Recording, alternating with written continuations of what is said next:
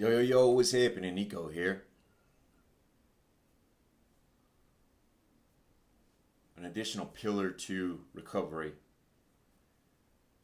is that it gives you hope. There is a sense of hope that gets instilled in you when you solve one of your problems. Whether how big or how large that problem is up to you. If I could just throw in a quick pro tip, don't try to solve your biggest problem first. Find out what's going to be the best step in that biggest problem to solve. The reason why I say that is because if you try to solve the big problem of not drinking anymore or I'm going to stop using, but you forget to deal with the underlying issues, then you'll probably exercise some extreme willpower, and I'm pretty sure that you'll get a couple days done. You might even get double digits, triple digits worth of days in. There comes a breaking point though. And that breaking point is difficult to overcome if you don't know how to stack small wins of hope in your corner. Here's how I would stack a small win of hope. I've explained to you guys before that I would go buy my sack, buy my bottle, put it on the counter, put it on my normal using area. I didn't like my behavior, but I didn't know how to change it.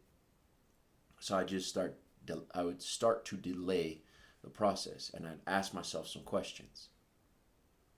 If you don't know what questions to ask yourself, then just ask yourself why 3 times.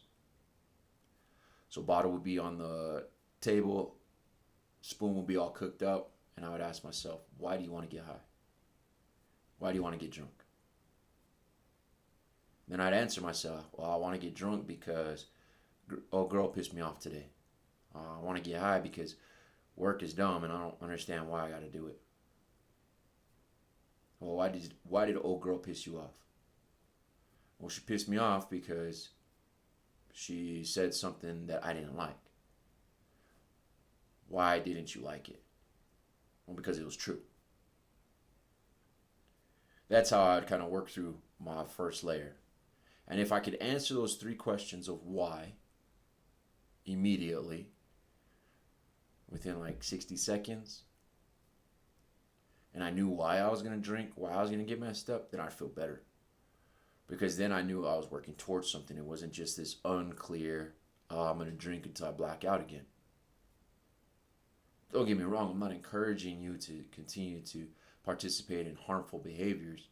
But what I am encouraging you to do is self-reflect before you participate in a binging behavior or a habit that you're trying to break. Ain't nobody else cares about you as much as you do, quite honestly.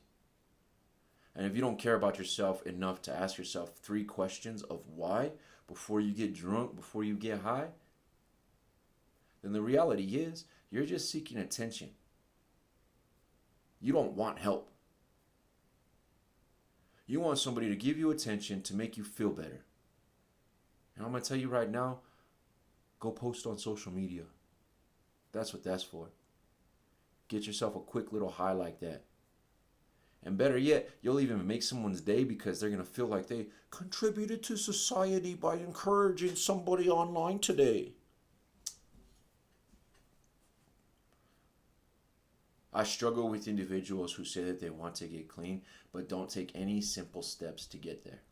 And the reason why I make fun of people and I talk in my sarcastic tones is because I had to figure this stuff out myself.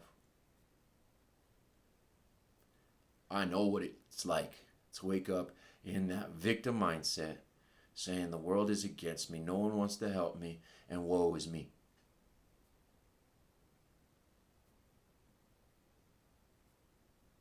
Reality is, someone else out there has it worse than you do right now. There's someone in this world that is praying to their creator for the position that you're in. I was sleeping in my truck when I came to this realization. Complaining that I had to sleep in my truck in a Walmart parking lot. Complaining that I only had half a gram of dope. Complaining that I had to keep this machete with me all the time because that's the only way I kept safe. When the reality was, I knew 2 people at that time who wanted shelter. Like, they would have paid me to sleep in my truck. I knew a couple other people at that time who didn't have the skills or will to figure out how to get a dope sack when they were dope sick.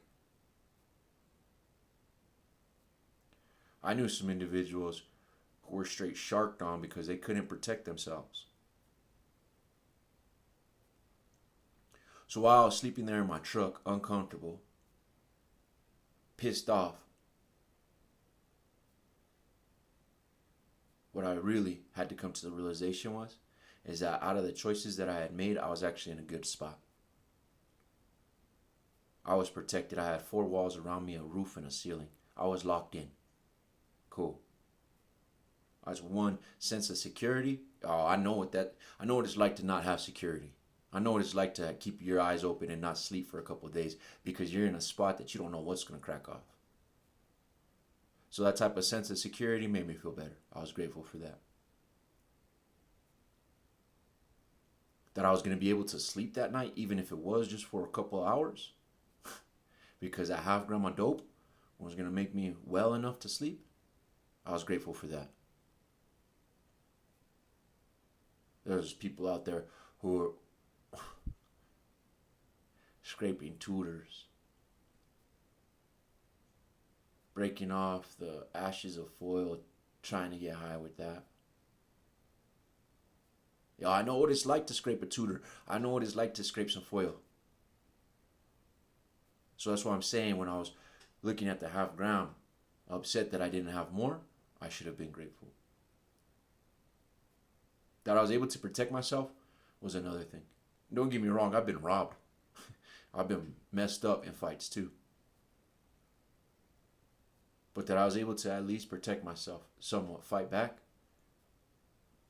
a better opportunity than some people have.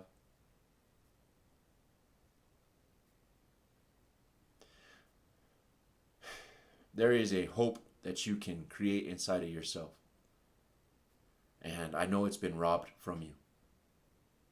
I know that hope's been taken away because the rest of the world says, well, you just need to get it together. Figure it out. Here in this space and in this time, I'm going to agree with them. You do need to figure it out. But I'm also going to give you tips on how to do it. So today's tip is to figure out how to be grateful for your current situation that you're in. Regardless of how bad you think it is, I want you to figure out one way to be grateful today. Because there's somebody in this world right now that is praying for your situation, praying to be where you're at. Because if they can get to where you're at, then they actually have a shot. And if you're missing hope, then I want you to think about that person. For me, I've named him. I know who he is. I see him. And so when I don't want to do something, when I have my triggers pop off and I want to drink, when life smacks me around and I'm remembering that, hey, I escaped this type of situation before using drugs, I think about that person. And I get this hope inside of me that there was a time that I prayed to be in a position like this to be able to help somebody. And I am not going to squander it because of one feeling. I will replace that feeling with hope. Hope that it might be tough right now. But if I can share this with you. If you're up and you're listening to this, then you've survived 100% of the days that you didn't think that you could make it through.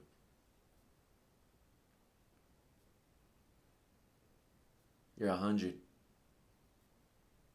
Are you going to keep it that way?